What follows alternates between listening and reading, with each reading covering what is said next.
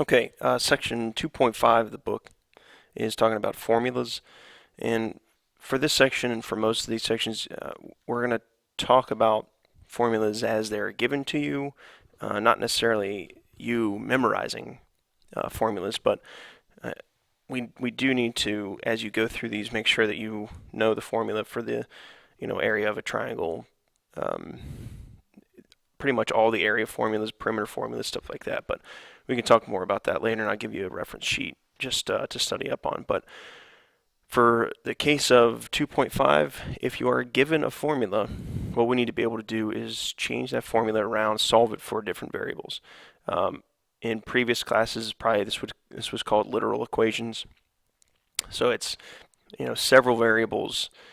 There might be coefficients, there might not, and we're just moving them around to solve for certain variables. So when we start on the left side here, you'll see I have the formula for perimeter. All right, and this is just perimeter of a rectangle. So we have 2 times the length plus 2 times the width. You add those together and you get the perimeter. And on the right side, I have the area formula for a triangle. So what I want to do, I want to show you how to do and make sure that you understand what's going on, is if I want to solve either of these formulas for a variable. So for the first one, I'm going to solve this formula for perimeter for L. So it might be presented, it could be presented in several different ways, but if it may be a word problem in which you're given the perimeter and you're given the width and you're asked to find the length. Okay, that's why this is useful. That's where it's going to show up. So how do I solve this for L? We're using the exact same rules that we've talked about before, the additive property of equality and then the multiplicative property of equality. So all I need to do is get L by itself. Okay, I want to isolate this L. So the first thing I need to do is get rid of the 2W.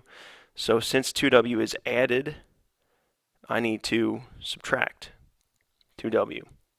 Okay, so that's going to get rid of it on this side. But again, if I do this to this side, I have to come across the equal sign and do it over here as well. So on this side now I have P minus 2W equals 2L. And from this point now, I'm using the multiplicative property of equality, and I'm going to divide by 2 or multiply by 1/2. So now this and this are gone, and I have length equals 1/2 P minus 2W. Okay, so then if they give you the perimeter, they give you the width. Now all we have to do is substitute the perimeter into here, the width into here, solve this expression, and it'll tell me what the length is. Okay, and just as in a similar way, if I'm solving for h in the area of a triangle formula, I have 1/2 base, which if it's confusing for you to think about it as 1/2 times the base, you could rewrite that as base over 2 times h.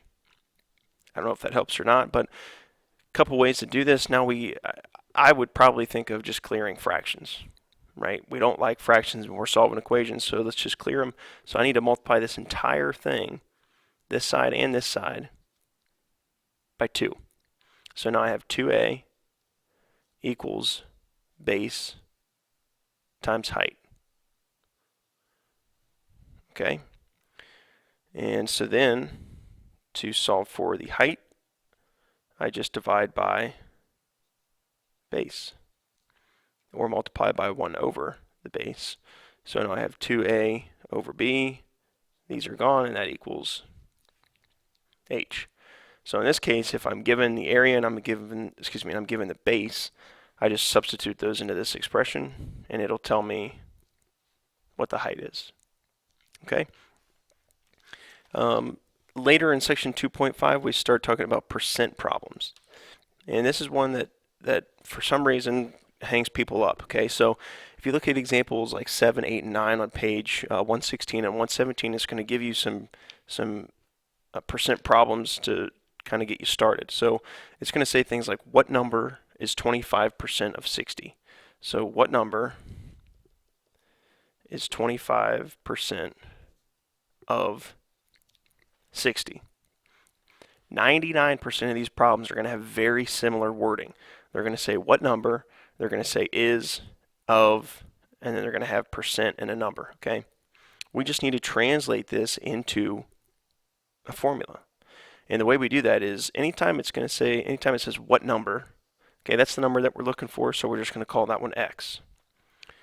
The word is, okay, so what number is always going to be the equal sign. All right, so anytime you see is, you know that you're thinking equal sign. So what number is 25%, which as we rate is written as a decimal would be 0.25, and then of is multiplication. So anytime you see of, we're thinking multiplication of 60. All right, so now we just have to do 60 times 0.25, which is, of course, 15. Okay, so we take that word problem. This is the word problem. We just change it into a formula, do the formula, and we're good. Okay, the next one is what percent of 24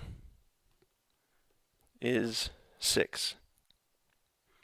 Okay, so what percent, instead of what number, that's going to be our X. So what percent, I don't know, what percent, I call that X. Of 24, so of, as we said, was the multiplication of 24 is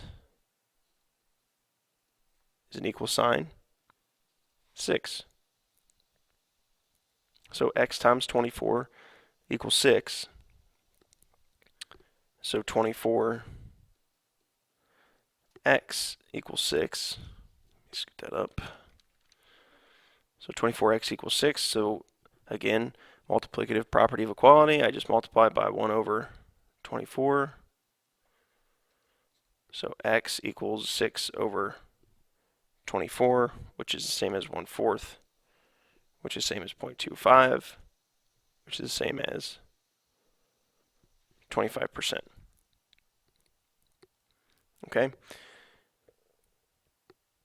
And the last one, the last way that they'll probably put these will be something like